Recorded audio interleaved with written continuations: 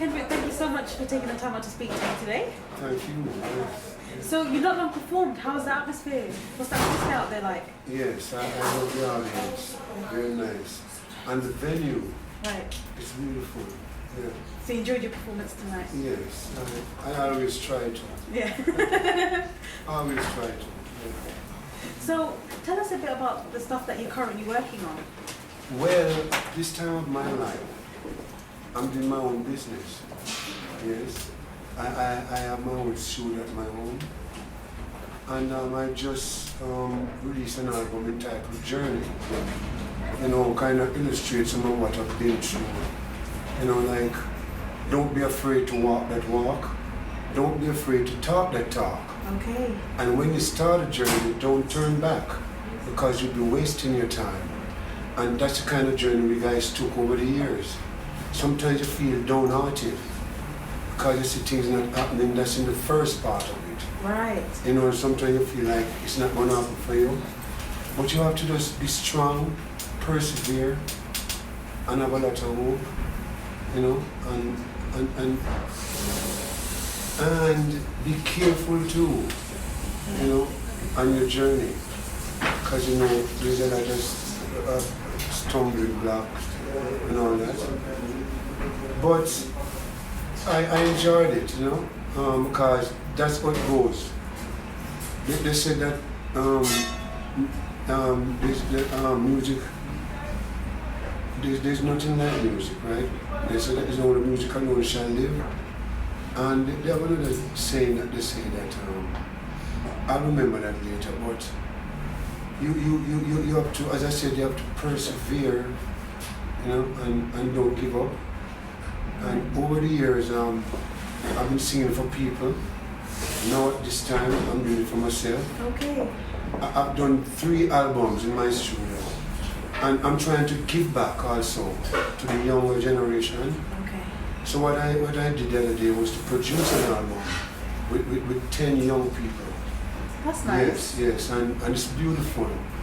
And I also I wish for things musically, and I just finished doing an R&B album. Oh, wow. Something that I wish for all over the years. I don't even know about the marketing, but it's a wish that comes true for me.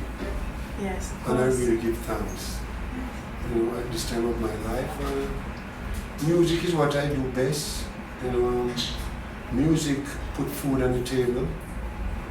But my children go to school out of music. But most of all, as I said on the stage, that as long as some of our generation are still here with us, I'll always be around. Right. And then the younger folk like you, right, your mommy and daddy probably were playing our music when you were young. Yes. And so it becomes memories. And when these young folk, because you know, I've done songs that young people don't know is we do the song, because other people adapted the song. Right. So when they hear we on stage singing the songs, they would say, but is that the man who do the song first? Yeah. And then somebody would say, yeah, you better know that. Because they hear the song done by somebody else. Right. I mean, like a younger person. But that younger person who we do the song also, they grow up listening to their parents, Yes. you know, playing our songs. Yes. So I really give thanks, you know, and sometimes, you know, like little kids like this, little kids, I would do a TV show, a television show the night before, and the next day, I'd be driving or something, or I stop somewhere, and little baby said, I see them on the last night on TV, you know, and it makes you feel nice, good. Of course. You know, just the other day, I went to a school, and I had a video, the title for the album I told you about, I had a video, right, Journey, Yes. and the video played a lot. And I went on the school show, and I didn't sing it. And when I got off the stage, a little young boy came up to me and said, why you never do Journey? Why didn't you do it? Why didn't you sing it? And I felt so good inside Yes. to know that there's a baby child saying that to me. I'm thankful that I'm alive. and having these experience, and it really done my heart good. Of course. You know, yes. Yes. Yes. So you've been in the industry for quite a long time now. 51 years. Wow, there Yes. you go. So what do you think is a factor to your success so far? I think it's a standard, Okay. you know, my repertoire of songs.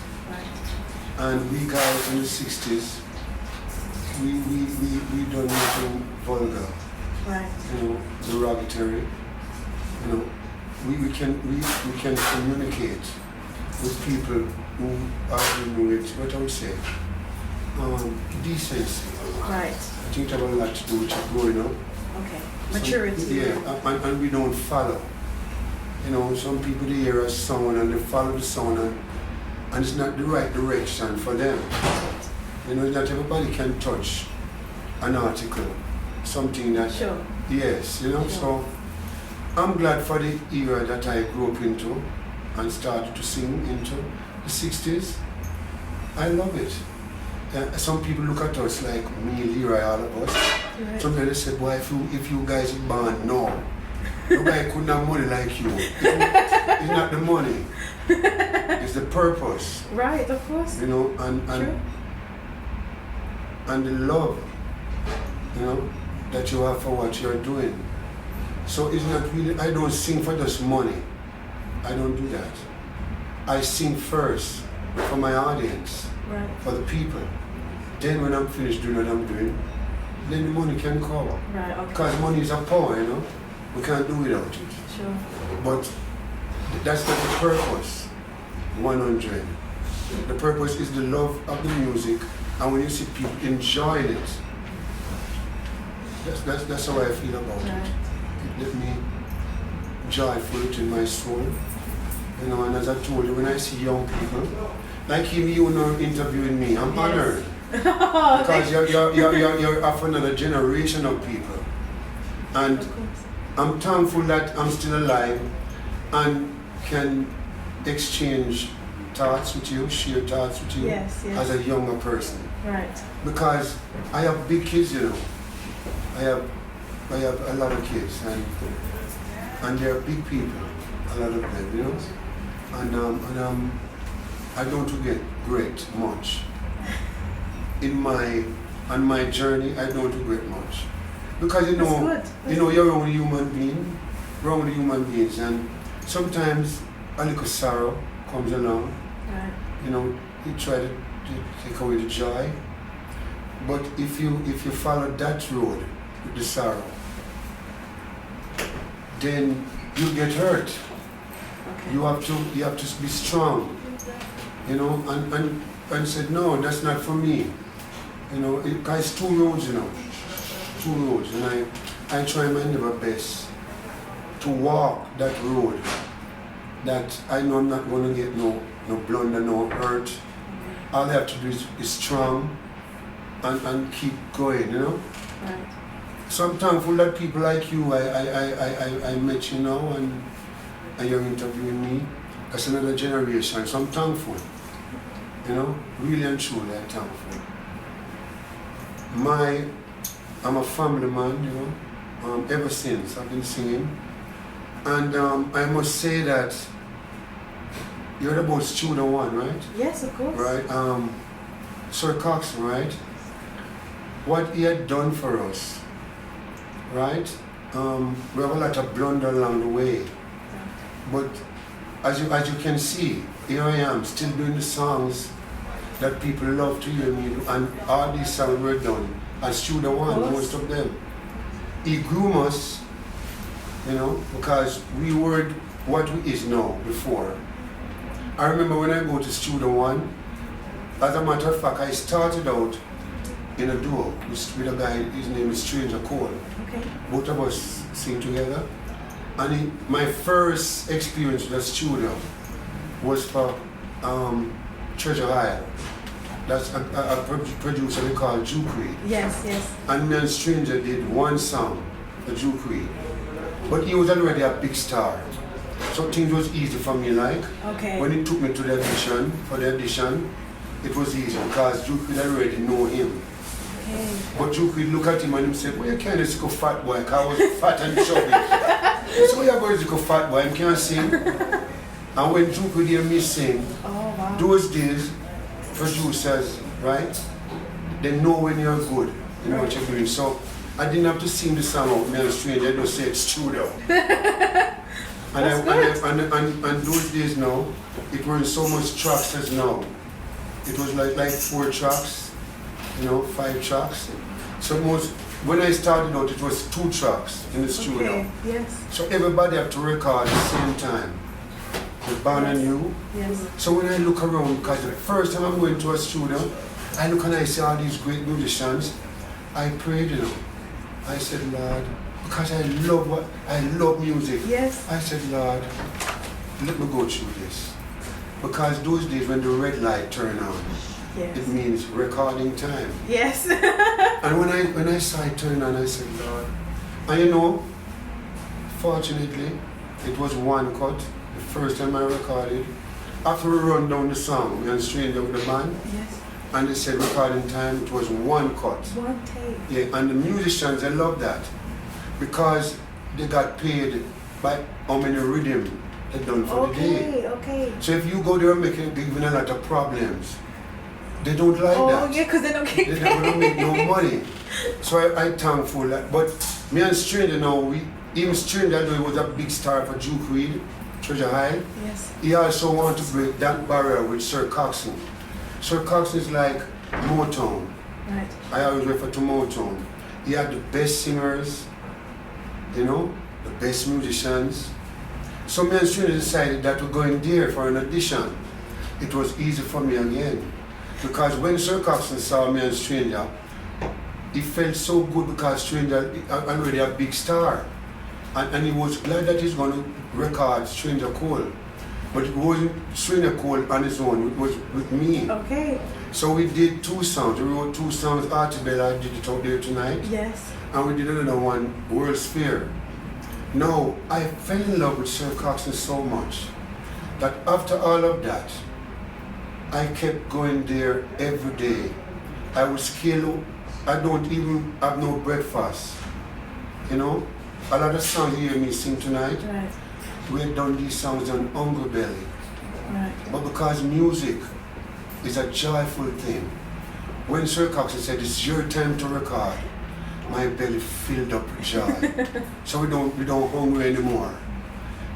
You understand what I'm Yes, saying? definitely. So I fell in love with Sir Coxsone, and I started to go there every day. I saw people like Delroy Wilson, probably you don't know much, he's a big Yes, star. I do, yes. I saw Great people like artist. the Gaylords, the Wailers, Of course. you know, Lee Perry, you know, Marshall Griffiths, Babandi, all these people. Yes, great names. And I went up there one day, and I sat down, and he sent and called me. And when I went in his office, he said to me, you know, you can sing? He said, I think you should go on your own as a solo singer. Okay. I looked at him and I said, you serious about that? Because the singers that he had up there singing for him was like Owen Gray, Wow. Jackie Edwards, Jackie Opel, who again? Lassell Perkins, you probably never heard of Big him. name. No, big names. These yes. are big names those days, you know. Yes. So I said to him, are you serious, Mr. Dad? Me? You know what he looked at me and said? He said, Why not you? no, he said, I've never heard anything like you. Wow, that's lovely. Just to encourage me. And the first time I'm going to record, Sir Coxsone started me out on soul music.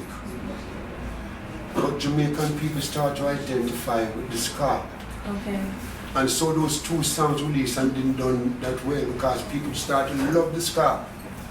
You know, I did a soul song, ooh baby, I love you. And Rita Marley, she had a group they called the Soulettes. Yes. They were the background vocals. So when I said, ooh baby, I love you, go, ooh, ooh, that's the group with Rita her group. Yeah. But the sound didn't done that well.